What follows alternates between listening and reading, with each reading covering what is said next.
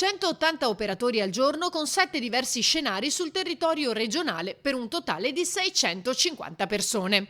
Sono i numeri dell'esercitazione nazionale cui hanno preso parte anche i Vigili del Fuoco veneti, iniziata martedì e conclusasi ieri, promossa dalla Direzione Centrale per l'Emergenza con il coinvolgimento della Direzione Interregionale e tutti i comandi del Veneto, più il personale della Protezione Civile e della Croce Rossa.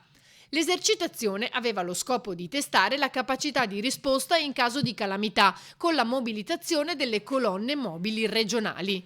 Nei 4 giorni sono stati testati tutti gli scenari: la prontezza di attivazione delle risorse, la verifica del flusso di comunicazione interno ed esterno, l'utilizzo di specifici dispositivi di protezione individuale e le verifiche dei sistemi hardware e software in dotazione dei dati. A Favaro Veneto, presso l'ex Forte Cosens, i vigili del fuoco hanno operato in uno scenario incidentale con rischio chimico. Il personale dei nuclei NBCR regionale e provinciale dei diversi comandi durante le simulazioni hanno rilevato sostanze tossiche, provvedendo anche al confinamento e al recupero, oltre al soccorso di una persona rimasta coinvolta in zona contaminata. Presso la sede dei Vigili del Fuoco di Venezia Mestre, invece, il personale ha avuto modo di testare nuovi sistemi di spegnimento e l'utilizzo di nuove attrezzature tecniche innovative da utilizzare negli interventi per incidenti stradali, oltre attività tecniche di primo soccorso sanitario.